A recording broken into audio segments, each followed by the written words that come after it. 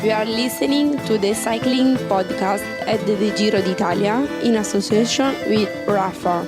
Today we are in Messina. Kotze čitele kotze, kotze piščine, nuspri budeš gora, nuspri budeš gora. Kotze čitele kotze, kotze piščine, nuspri budeš gora, se non mangiano le femmine.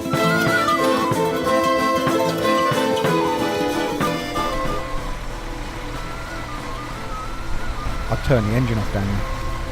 We're going to be here a while. Just as you say that, I see movement. I see movement.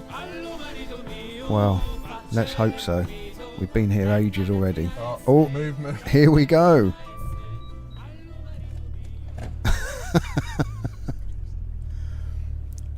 Oh.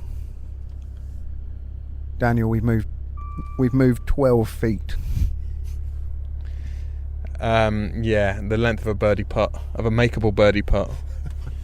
Should perhaps explain where we are and what we're doing. We're in Messina, queuing for the ferry to take us across to mainland Italy after stage 5 of the Giro d'Italia. I'm Lionel Birnie and I'm with Daniel Friebe. Hello, Lionel. Where are we? Well, we've already explained where we are. I know, we're all at sea. Well, we're not all at sea at the moment, are we? That's precisely the point. We're waiting to... the Giro d'Italia is here. Interestingly, the teams are not travelling over tonight. They're doing this tomorrow, where I assume they will have a sort of fast-track system to get all the vehicles onto the boats before stage 6 starts in Reggio Calabria. We are all at sea because we're without our captain on the road, Richard Moore. He has departed the Giro. He'll be back for the final week. Daniel and I will see you through to the Dolomites. I've probably got that wrong. Dolomites or Alps. So let's have a little recap of stage 5. It was 159 kilometres from Pedara to Messina, Vincenzo Nibali's hometown, and didn't we know it, the crowds at the start and at the finish were Nibali crazy. Two-time Giro d'Italia winner, of course, and a massive favourite here in Sicily. A pretty snoozy old day in the race, really. Two riders got away, Maciej Peterski of CCC and Evgeny Shalinov of Gazprom, and they were just hung out to dry most of the day, captured before the race reached Messina. A comical moment, really, perhaps not too comical for Luka Pibernik of Bahrain, but he thought he had won the stage when they came through the finish line the first time with around 6 kilometres to go.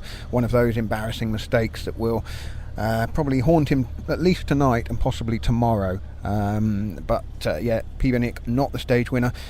The stage winner was Fernando Gaviria of Quick-Step Floors, his second stage win of the race. Quick-Step having an absolutely blinding Giro so far with stage wins, because 2 for Gaviria, Bob Jungels still in the pink jersey and holder of the white jersey as best young rider.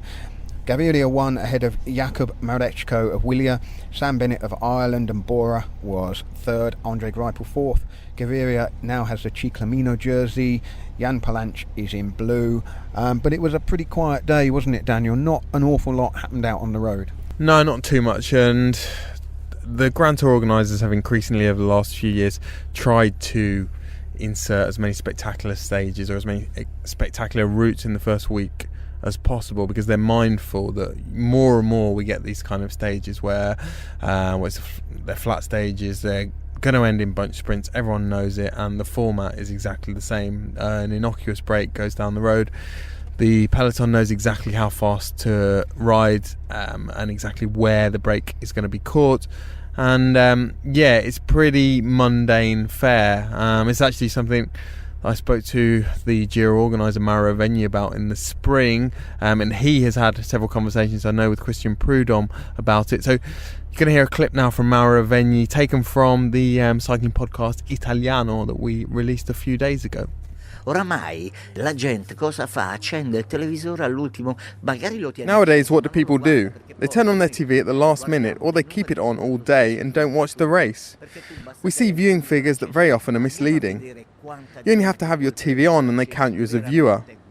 But let's go and start looking at how many of those people are really watching. I do it too. When the tour's on and I'm in my office, I do the same thing. I turn the TV on and see how many kilometres are left. At 20 or 30 to go, I start watching, because the rest is boring. Just boring. And this way of racing doesn't attract people to cycling, it pushes them away. La gente affianca a questo sport, anzi aiuta a tenerla lontano. Bad news, Daniel. I think we're around 45 minutes from getting on the boat. What would Maravigni say? Boring. Yeah, Maravigni would say boring. Yeah, that was the race director of the Giro d'Italia, talking about the phenomenon of boring stages in the early days of the Tour de France. He can't really talk after today, to be fair, but you know, the problem is that when you've got a field of teams, so many of them have got a GC contender, and then basically, you know, 3 or 4 have got a good sprinter. That really leaves only the wildcard teams, Dimension Data, without you know, a bigger objective in the race. Somebody has to go on the road, otherwise the peloton would just ride along. And obviously we saw on the stage to Mount Etna that if it all goes right, it can go right spectacularly, and Jan Palanche benefited from getting in an early break, an unpromising looking one, only 4 riders, no particular heavyweights in there, but it's the same teams going up the road every day: CCC, Gazprom, Willia, Dimension Data. You know, we've seen a Bardiani rider on the attack once, I think. The bigger teams, or the World Tour teams, it's only Bora, Dimension Data, Trek and UAE who've even got anyone in a meaningful move yet. That will obviously change as the race goes on, but with so many kind of sprint and only hilly stages to go before the weekend, we seem to be set in a bit of a pattern. Maybe something different will happen tomorrow because it's a lot longer. So if there's only sort of 4 riders going up the road when the stage is 217 kilometres, I think it is, and then 243 the next day, certainly some longer days coming, the riders, the bunch, will know they need to let a bigger group go, otherwise it'll all be reeled in far too early, and it might become a bit anarchic, which would be great to watch.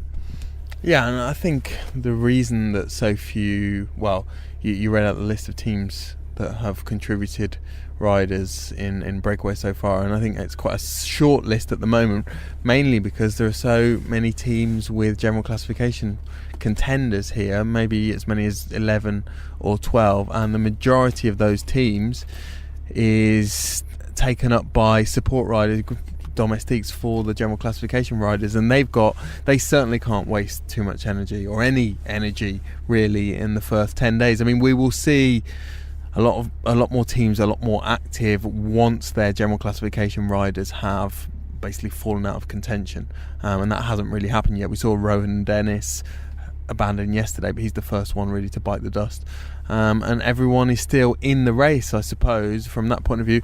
You know, Vegni also, in his interview, or the interview we did earlier in the year, he talked about he's a big opponent of, or he's very much not a fan of SRM meters or power meters being used in races, and he thinks that contributes to riders riding very economically, or very smartly really. They know exactly how much energy they can afford to expend on every stage, and flat stages like today's certainly fall into the category of stages when they don't want to waste any energy. But he says that he would ban the old school cyclocomputers. Do you still call them cyclocomputers? No one has a cyclocomputer. Cat eye. They should be banned according to Maravigni.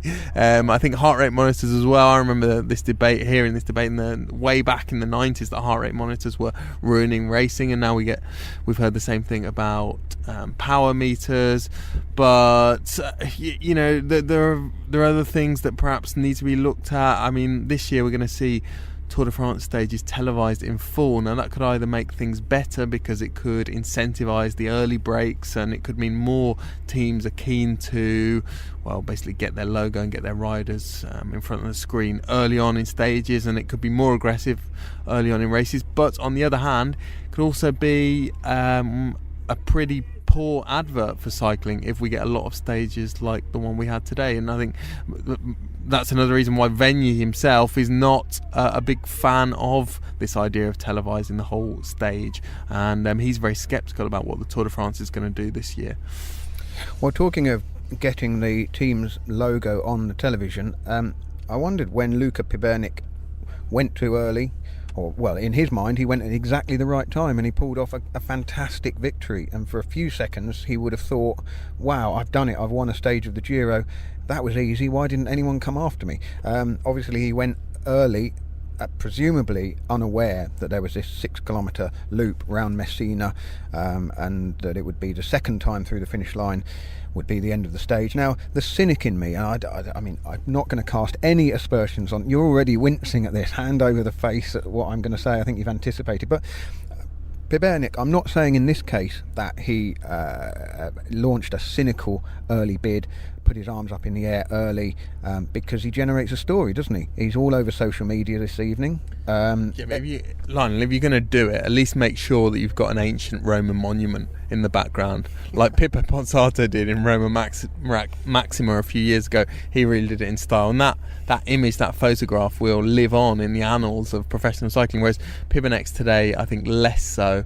Yeah, it was a bit of, well, it was a real cock up, and he really came in to the finish today with his tail between his legs. I think he's a young rider. I think he's 23 years old. He's got a very important job to do for Vincenzo Nibali. We'll talk about that in a minute, I think, the second section. But he was very sheepish. It certainly wasn't funny, and it wasn't a joke as far as he was concerned, even if it was pretty comical to watch. Well, it's not been a great 24 hours for Bahrain-Merida, and perhaps they will be keen to leave Sicily behind. We just about squeezed into last night's podcast the news that Javier Moreno had been disqualified from the race for lashing out, pushing Diego Rosa. At the time we recorded, details were still very sketchy, so we weren't able to say one way or the other what had happened, other than that Moreno was disqualified. We'll talk about that in part 2, along with Vincenzo Nibali, how his Giro is going so far and his 2 days on his home island. But I think the traffic is moving ahead of us slightly, Daniel. We might get another 40 feet up there. Not quite at the pace of Fernando Gaviria, is it? It certainly isn't, no. I think Gaviria would definitely beat us here. But while we're inching towards the boat that will take us across to mainland Italy, why don't you listen to Geraint Thomas of Team Sky talking about how he fuels for a Grand Tour. He's one of the leaders of Team Sky, of course, along with Mikel Landa, and Team Sky are sponsored by Science in Sport. Science in Sport are one of our sponsors here. They're helping us cover the Giro d'Italia from start to finish, and this is Geraint Thomas on how he gets his fueling right for the Grand Tour. Hi, I'm Geraint Thomas from Team Sky, and we're fueled by Science and Sport. Certainly the hardest part for me really is the whole weight management, and this year I've tried to be a lot more consistent with it, and because last year I sort of pushed the diet a bit too much really, and when I was training hard, and yeah, that was just sort of had quite a big knock-on effect or whatever. Yeah, this year just sort of tried to slowly chip it off and then just be consistent with it, and I feel like I have. But yeah, obviously when you have an easy week, like after Tour of the Alps, before your weight goes up, and you're not putting on fat or anything, but it's more just your glycogen stores and whatever, and you retain a bit more fluid. The key thing is not to crack really when you see sort of all that hard work and then suddenly you're a kilo and a half heavier, but as soon as you start again it drops back down. I've done quite a bit with the nutritionist, and alongside Tim then as well, who knows the sort of the physical demands of the days and stuff, but a lot of it is just trial and error really, and because of coming from the track and things, weight was never really a massive issue, so it's nothing I've really only ever really started looking at the last couple of years really, and yeah, like I say, a bit of trial and error, but seem to have found a decent sort of thing that works for me now. A lot of it is the amount of carbs you have as well. If you overeat too many carbs, all the time, every day, you retain a bit more fluid as well with that, and obviously you just start to put the weight on a bit as well, which sounds a bit crazy really, because you think you do 3-week race, you wouldn't think you'd put on weight, but nearly everyone I've done, I've always sort of crept up over the 3 weeks. So the main thing is just to try and be on it and try and watch what I'm eating this first 10 days or so, and then once you get into that last week, you're just fueling constantly, just to it's better to be half a kilo heavier and fueled rather than half a kilo lighter and just have no energy. Basically have a big bowl of porridge with a bit of fruit in there, like maybe banana and some dried fruit and whatever, and then probably three egg omelette then with a bit of smoked salmon or ham or something in there. that's about it for breakfast. And then during the stage you try to eat every 20 minutes to half an hour, depends how tough the day is. So either like a rice cake or a gel or a bar or whatever. And then as soon as you finish, then you got your recovery drink immediately afterwards, a smoothie as well, just with some natural yogurt and some fruit in there, all mixed up. And then there's rice and or a bit of potatoes or pasta or something on the bus as well, with some chicken or fish. So you're constantly sort of fueling, and then obviously you have your evening meal as well. Then your intake is pretty high.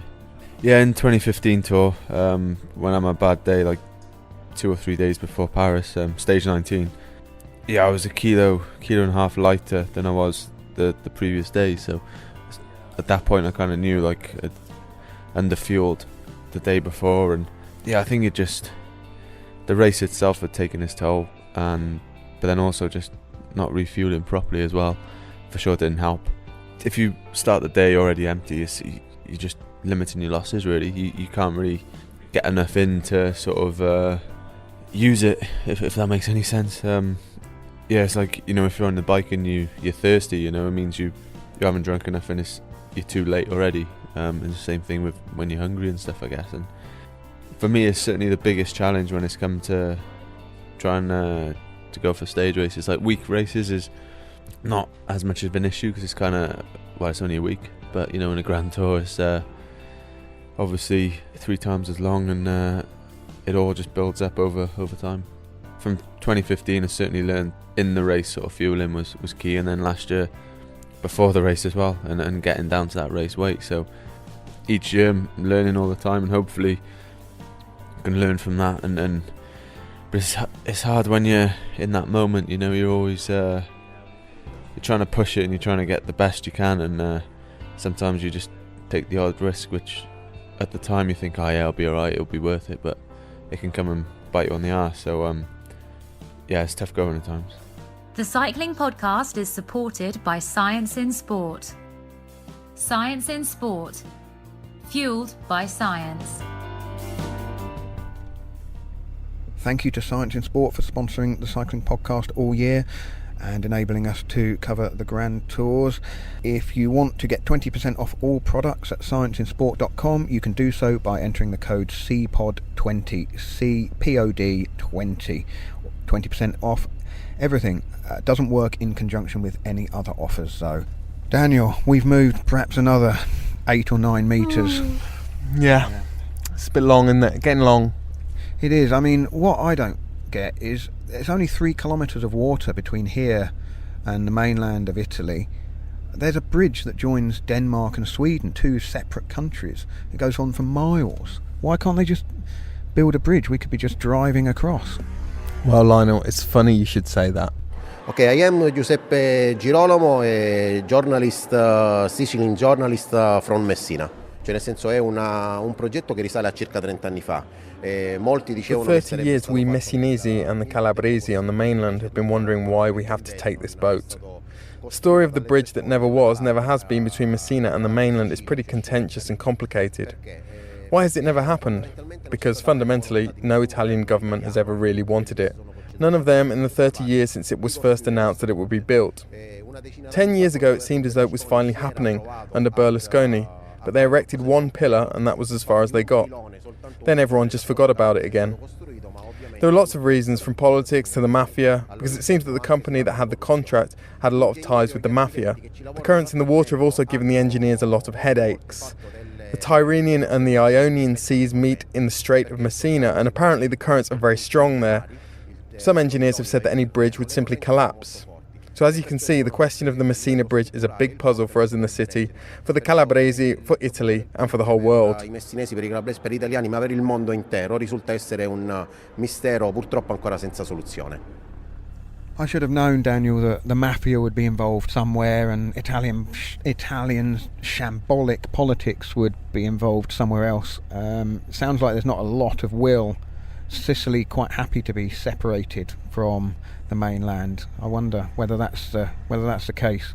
Well, it has become the story of the bridge of Messina, which we heard in short form there, has become a bit of a national embarrassment, a bit of a farce, a bit like the airport, the unbuilt airport, the airport that's not been opened in Berlin, in Germany. You can't blame the Italians for that. Oh, wow. But I think you've been very harsh about the Italians, Lionel. I think they've welcomed you with open arms since you've been here. They've fed you very well, certainly fed you extremely well last night. You were complaining there was too much food last night. The portion sizes were enormous. I struggled to make a dent in my Mount Etna of pasta. No, you're absolutely right. I've picked up a very friendly vibe in Sicily today. I have to say, when we... Can I reveal what the hostess of our bed and breakfast said this morning? Did I already tell you this? No. She said, "Why are your colleagues always so angry?" Did she really? I think she must have been talking about the buffalo, because I've been in a great mood. Angry and very nervous. In fact, Lionel, I think you may be about to get even more nervous. Daniel, it's the highlight of the nightly Giro podcast, The Shark's Tale. What's the latest? Well, The Shark's Tale, there was nothing in it tonight, was there? It was just Jaws music. It was just an invitation to sue us tonight. I thought you were going to read out something, wonderful from his autobiography. I think it was the sound of a real shark, the real shark. Of course, Vincenzo Nibali's nickname, Lo Squalo di Messina, the shark of Messina, it comes from the Strait of Messina, the channel of water that we're about to cross, that we heard a minute ago is unbridgeable. So yeah, I thought it was very apt just to leave it as was tonight. But actually, I think Nibali, as we mentioned earlier, I think he'll be quite keen to get off Sicily, because there have been pretty hysterical scenes around the Bahrain-Merida bus the last couple of days. There was obviously the controversy last night with Javi Moreno. This morning he was being absolutely mobbed. Even Giovanni Visconti, the other Sicilian on the Bahrain team, was being absolutely mobbed. It's been a bit of a circus. Nibali was on Rai Television tonight, the Italian state broadcaster, with all of his family pretty much. And this was something I think Bahrain-Merida were very conscious of before the Giro came to Sicily, that it could become a little bit of a circus. And I think the last time, I think it was 2011, the Giro was in Sicily and came to Messina, they felt, or the people around Nibali, the people who know him well, felt that he burned a few matches just in terms of nervous energy and in terms of excitement and in terms of attention and scrutiny.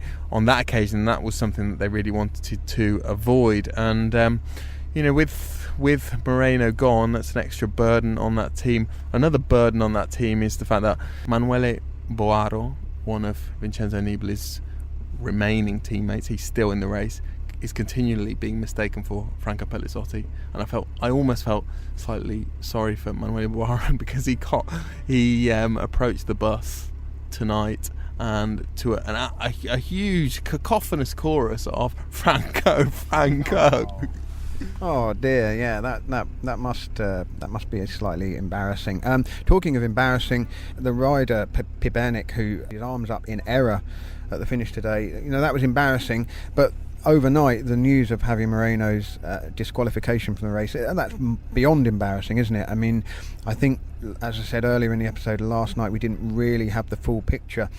Interesting to hear this morning Sky say they didn't make an issue of it. They didn't lodge any kind of complaint. In fact, they didn't say anything to the race officials or the UCI about it. The UCI's jury took the decision. Richard had seen Alberto Volpi, one of the sports directors, with a face like thunder.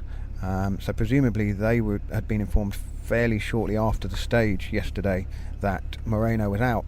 But I mean, what's your reflection on that incident? I mean, it's pretty much something that can't be condoned in any way, even if there was an altercation beforehand between Rosa and Moreno, pushing a rider off his bike into whether we went into the crowd, we don't quite know, but certainly went very close to the crowd. I mean, if the organisers let that go, it sends completely the wrong message, doesn't it? Well, it does, and I think the team, from a PR standpoint, dealt with it pretty well. There was a pretty magnanimous communique that they put out last night, and in fact, they struck much the same notes this morning at the team bus. Again, almost pandemonium outside the Bahrain team bus this morning. Thousands of fans, but not the somber atmosphere that I perhaps expected to find with Moreno having been chucked out. They were very measured, very calm, and in pretty good spirits, as we'll hear now. This is Brent Copeland, the manager or the team principal, I don't know if they're calling him team principal, of Bahrain-Merida. And after that, you're going to hear from Konstantin Siutsu, who is one of the mountain domestiques for Vincenzo Nibali. He's obviously got an even tougher job on his hands now with Moreno out of the race. I think the images speak clearly for themselves. The behaviour of the rider is not acceptable. It's nothing that we want in cycling. It's unfortunate because Javi is actually one of the nice guys in the group. He's really a tranquil guy and not aggressive at all. I think he just lost his cool at a tense time. He did say that he was aggravated by Rosa, so he reacted. His reaction was overreaction, and unfortunately the decision is what it is. One rider less means less horsepower for the work. Javi's a rider that can cover not only the rolling stages but the mountain stages as well, so it will put extra workload on the other guys, but like I say, it is what it is, and we've got to move forward in the best way possible. And Vincenzo seems to be someone who's quite sanguine about these things. He seems to be fairly relaxed this morning. No, he's fine. The team's fine about it. We discussed it last night between ourselves, and he's really cool. He's got a cool temperament.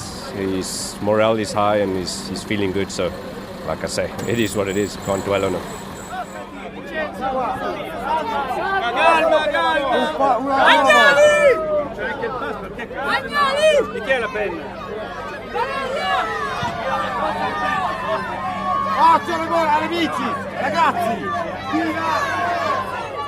Yeah, it was like surprise. Actually, for me, when I know this guy, it was my quiet, this nice super guy, but it's like in the football, like provocation. And your team is a team with a lot of experienced riders, but looking at it before the race, people maybe said, not quite so strong in the mountains. They got Pelizzotti, Moreno. Now you don't have Moreno. Do you feel a bit more pressure on yourself? Giro is not Tour de France. We have really good quality leader who is in the race. He knows to follow, to respond solo. You not need really much like a last man for when you stay like 10. And finally, when it's like 15 guys left, it is only guys like each other, just between him.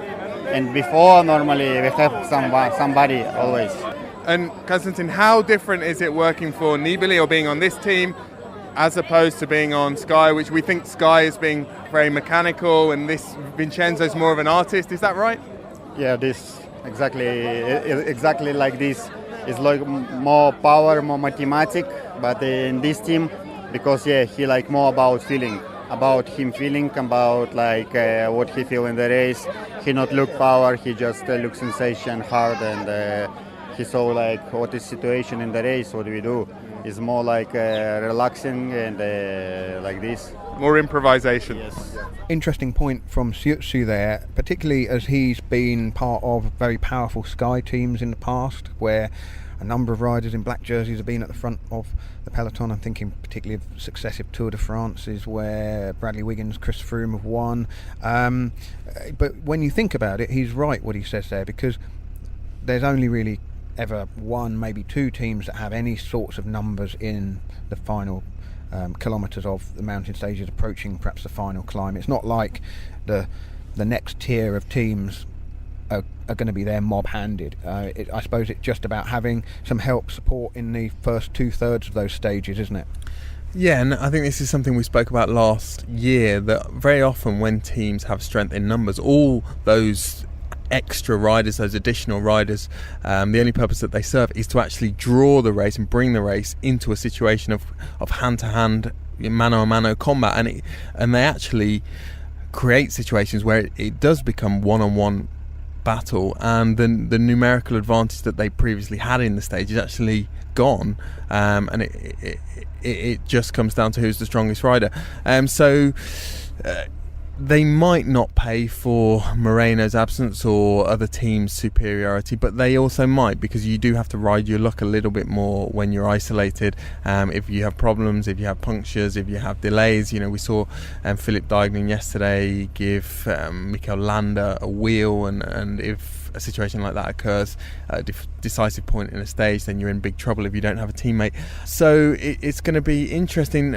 And the other situation in which it could prove problematic is if a team like Movistar has 2 or 3 cars to play and they can fire different guys down the road, and Nibali finds himself having to mark them on his own. But the reality of this Giro is that there are so many riders going for general classification that I think someone might be able to sneak up on the rails, might not have to use their team very much, and might be able to ride on someone like Movistar's coattails until the final time trial, and they might be a minute behind Quintana or another rider going into the final time trial without having had to really use their team that much, and then, as I say, sneak through on the rails. And that's maybe how Nibali might win this Giro.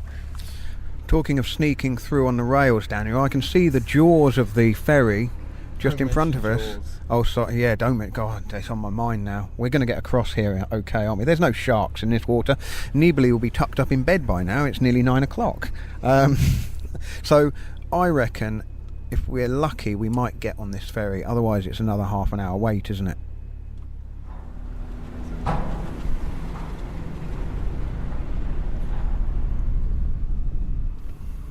We're on the ferry. Fantastic. What time is it? It's only 9 o'clock. We'll definitely get dinner tonight. I'm not sure about that. I think you had your dinner for tonight last night, didn't you? Oh. It's funny, the waitress did ask if we wanted to take our leftovers away in a doggy bag. I'm starting to wish that I had done, because a little bit of cold pasta salad now would go down a treat. Anyway, shall we... I'm assuming we can get out of the car and go up. There'll be all manner of excitement. There might even be some other people from the Giro here we can have a chat with. Like being on a cruise, isn't it? Hi, I'm Alex Baldwin, creative director at Rafa. Cycling came through skating. Skating evolved into riding track bikes evolved into bikes with gears. I'm really proud to be on a team that challenges innovation constantly and tries to solve old problems in new ways that create a much better experience. There's something quite amazing when you start your ride into the Marin Headlands in San Francisco. As soon as you descend down the back of Hog Hill into the headlands, you know you're in for a pretty good day. The Rafa Cycling Club is the largest global community of its kind. Members share their passion for the road through rides, events, exclusive club kit and racing. Find out more at rafa.cc.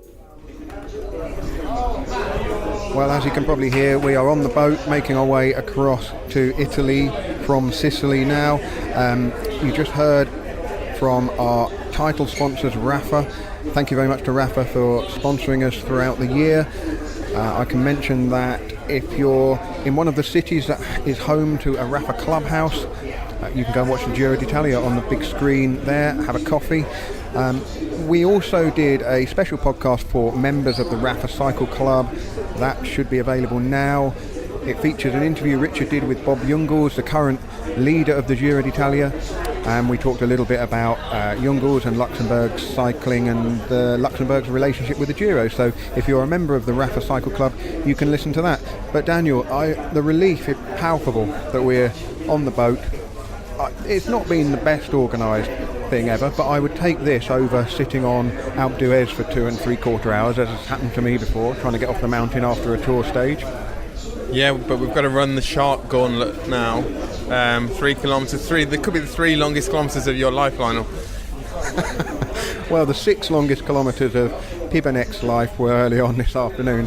Keep mentioning poor old Pibernik, but he was one of the stories of the day, wasn't he? What can we look forward to in the coming days, Daniel? Because if we're not careful, we could have a bit of a pattern of sort of breakaways from the wildcard teams, and then sprint finishes. Really everything kind of looking towards Blockhouse on Sunday, isn't it? But what have we got in between that? Well, we've got a nice finish tomorrow, and above all, we're going to have the first stage win for Filippo Pozzato, friend of the podcast. Filippo Pozzato, I spoke to him at the start in Sardinia, Alghero, and I said, Pippo, what's the stage for? Where should we look out for you? He said, Terme Lujane.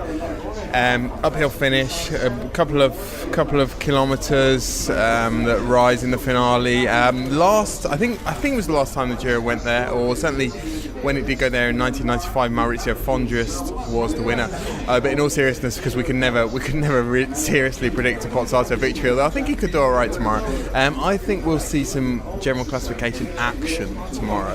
I think we will. It's not the kind of climb that would intimidate anyone, or the general classification riders will particularly be looking to gain time on, but I think they will find themselves at the front of the race.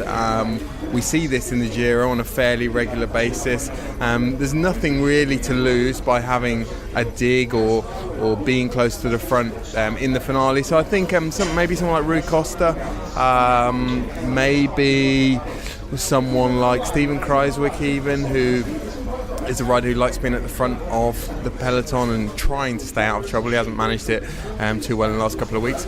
But I think it could be interesting tomorrow.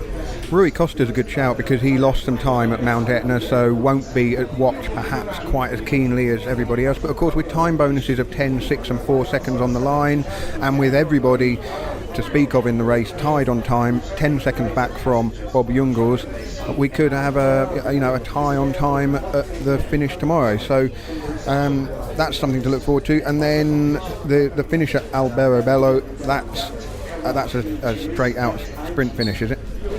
Yeah, I think it is going to be. I mean, what we'll be most looking out for that day will be the architecture, Lionel. It will. Alberobello, we heard a couple of days ago from Maravegni, the Giro director, about how he was looking forward to that stage. That part of the world, so deep in Puglia in the southeast of Italy, is famous for its white conical houses, the Trulli. Wonder if there'll be an appearance from the Trullo Volante. Remember who that was? The flying Trullo, Leonardo Piepoli. Retired, unfortunately left cycling, or left the Tour de France, and he left cycling kind of under a cloud, didn't he? That's putting it lightly. I mean, he tested positive, didn't he, after winning a couple of stages of the 2008 Tour, I think it was. It was the Tour of Ricardo Rico's fall from grace as well, wasn't it? But he's from down there and very close to Alberobello, even not in Alberobello. Also, last year was training a guy who wore the pink jersey last year, Andre Amador, who has already been quite prominent in this Giro, riding for helping Nairo Quintana, and probably will be again this year. I think that stage will be a sprint. Peschici is a tough finish. Peschici is the day after, and we've seen, I think Danilo Di Luca won there, another rider. The Giro is probably not going to fondly remember on whenever it is it Saturday or so. So it's an uphill finish, a finish for a punchy kind of rider, but again, one that could also sort of coax the general classification riders into action. So although on paper the stages don't look mountainous action, they're action-packed in terms of a real shootout, there could be some subtle little changes, riders jostling for position. They can't all end the week at Blockhouse all tied on time, so we should see a little bit of a shaking, but it'll be a very fine sift, I suspect, rather than a real shake-up. Yeah, and we saw yesterday Zakarin gain a few seconds. I know he'd lost some a couple of days earlier, but if one of the riders the general classification riders who's a good time trialist, who belongs in that category, they're the time trialist kind rather than the climber kind, they start gaining, they gain 4 seconds tomorrow, or they gain 10 at Peschici, something like that, then it's all starting to add up, and it all starts to look quite onerous for the climbers. We talked yesterday about them really needing to take opportunities. Well, I'm looking forward over the next few days to perhaps seeing some new names come to the fore, riders that we perhaps aren't currently thinking about may take their opportunities in a funny way with the GC. So, you could throw a handkerchief over a dozen names. While it's like that, it has the same sort of effect as when they're all spread out and sorted, because no one wants to make big moves now because they don't want to perhaps show their hand too early, in the same way that when all the times are set, everyone's then defending their position. So we could see some young riders, some new riders that we're perhaps not thinking about at the moment, one of whom is Cannondale's British rider Hugh Carthy. Daniel, you spoke to him this morning, I think. Yeah, he had a bit of a bruising first experience of Grand Tours last year at the Vuelta, running for Caja Rural. Has joined the World Tour this year, joined Cannondale, and looked pretty good on Mount Etna on, what was yesterday. So I thought I'd have a quick chat with him this morning in Catania, Nicolosi, Pedara. Must be pretty satisfied with the ride yesterday, arriving with the best guys. Is that a notable step up from the Vuelta last year? Yeah, I think so. Yeah, just to be up at the front of the race. Not necessarily featuring yesterday, but just there and weighing things up. That's something I never managed to do in the Vuelta last year. So, but that wasn't my objective, to come here and do better than the Vuelta. What's changed since then, Hugh, or what have you learned since that first experience at the Vuelta last year? I don't know. It's the second Grand Tour. You go into it older, more confident. The team this year, they've told me exactly what the plan is all year and kept me in the picture, so I was relaxed and could train and everything. But I don't know, no secret, no big change in anything. I think last year at the Vuelta I was just tired and a bit spent mentally as well, and this year I'm fresh, not many race days and nice and relaxed, so yeah, it's totally different, you can't compare. Got a lot of guys in the team who are good climbers and potential stage winners. How are you managing that? Are you in the meeting every morning? Does someone put their hand up and say, or is that all planned even before the Giro? Who's going to go for which stages? It's all pretty planned.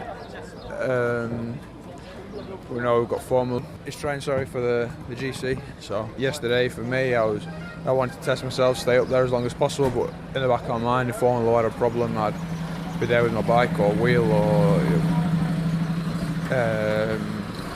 take care of him to the finish. So there's a few different plans. One stage in particular, Hugh, that you've sort of earmarked?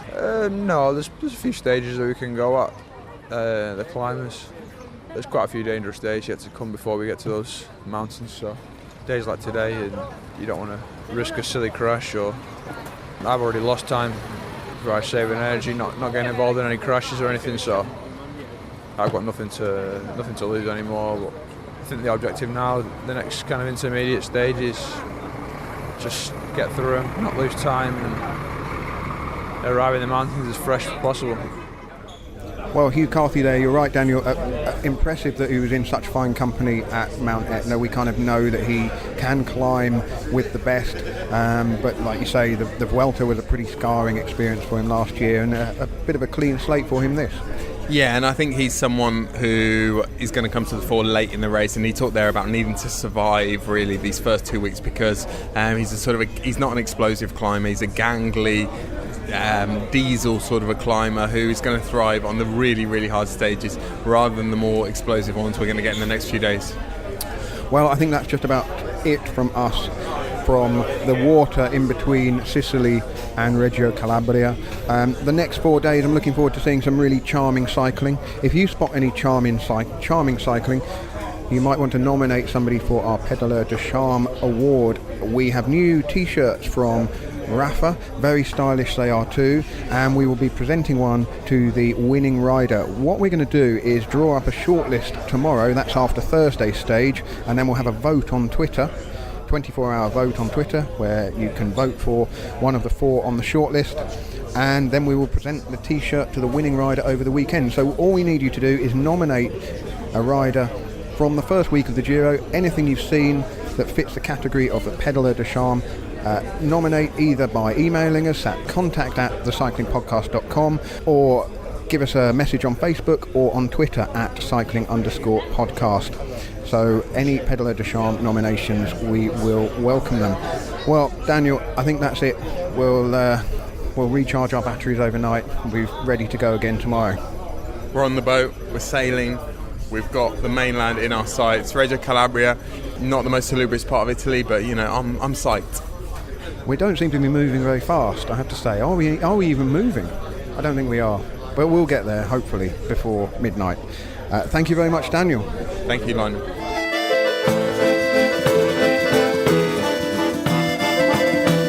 A reminder that you can watch the Giro d'Italia live and exclusive on Eurosport and Eurosport Player. UK viewers can also watch highlights of each stage at 10 p.m. on free-to-air channel Quest. There's a special offer for the Eurosport Player, £29.99 for an all-access pass for the rest of 2017. Details of availability, compatible devices and full terms and conditions can be found on the Eurosport Player website, uk.eurosportplayer.com.